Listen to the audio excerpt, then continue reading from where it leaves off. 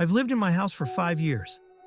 It's old, built in the early 1900s, with all the creaks and quirks you'd expect from a place that's seen over a century.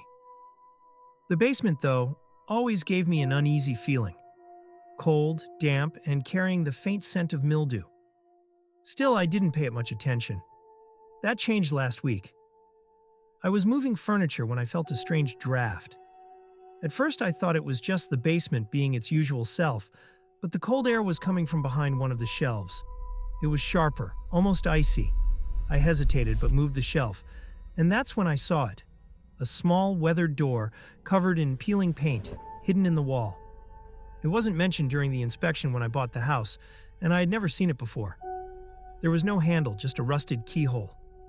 I stood there, torn between walking away and finding out what lay beyond. Curiosity got the better of me.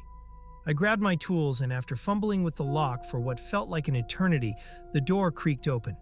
Behind it was a narrow staircase spiraling down into the dark.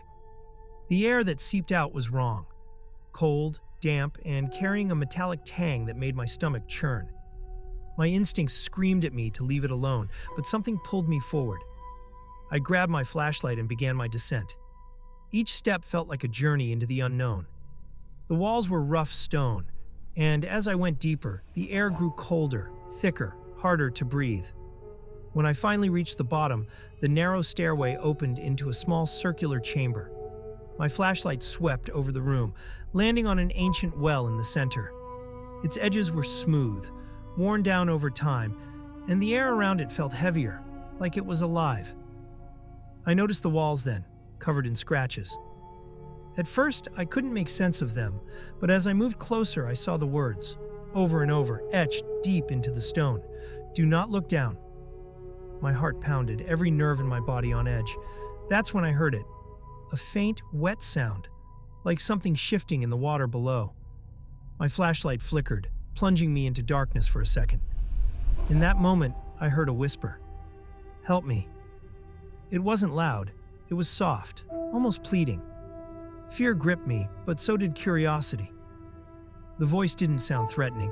It sounded desperate. Against my better judgment, I leaned over the well, flashlight trembling in my hand, and aimed the beam downward. The light barely touched the surface of the water. It was black, still, and unnervingly quiet. But as I stared, the surface rippled. Slowly, something began to rise. At first, I thought it was a person, a pale head breaking the water. Relief washed over me, thinking someone might have been trapped. But as it emerged further, my relief turned to horror. Its eyes were round, impossibly large, and lidless. Its mouth stretched into a grotesque grin, filled with jagged, needle-like teeth. And it was staring right at me. The whisper came again, louder, almost eager. "Help me." I stumbled back, my flashlight clattering to the ground. My mind screamed at me to run, but my legs felt frozen. Somehow I managed to turn and bolt up the stairs, my breath ragged and my heart hammering in my chest.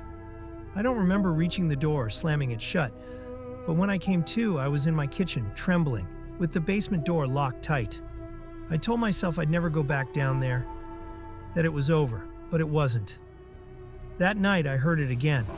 Soft scratching, faint at first, like nails dragging against wood.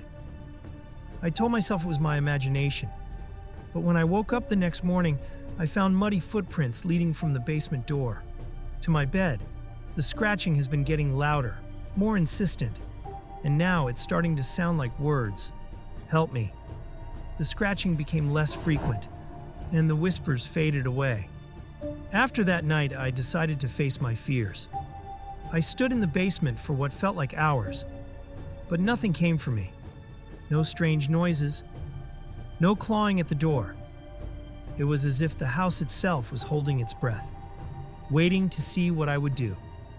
Eventually, I walked back up the stairs and locked the basement door. I vowed never to go back. The odd thing was, after that night, everything started to feel normal again. The unease that had clung to the house for so long seemed to vanish. I sold the house a few months later. The new owners moved in with excitement, unaware of the dark history hidden in the basement.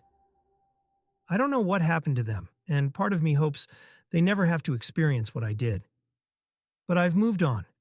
Every so often, when the night is still and quiet, I hear a soft whisper from deep in my memory, as if the house is still calling. But I know now that I survived and I am free, and I will never ever go near another basement again.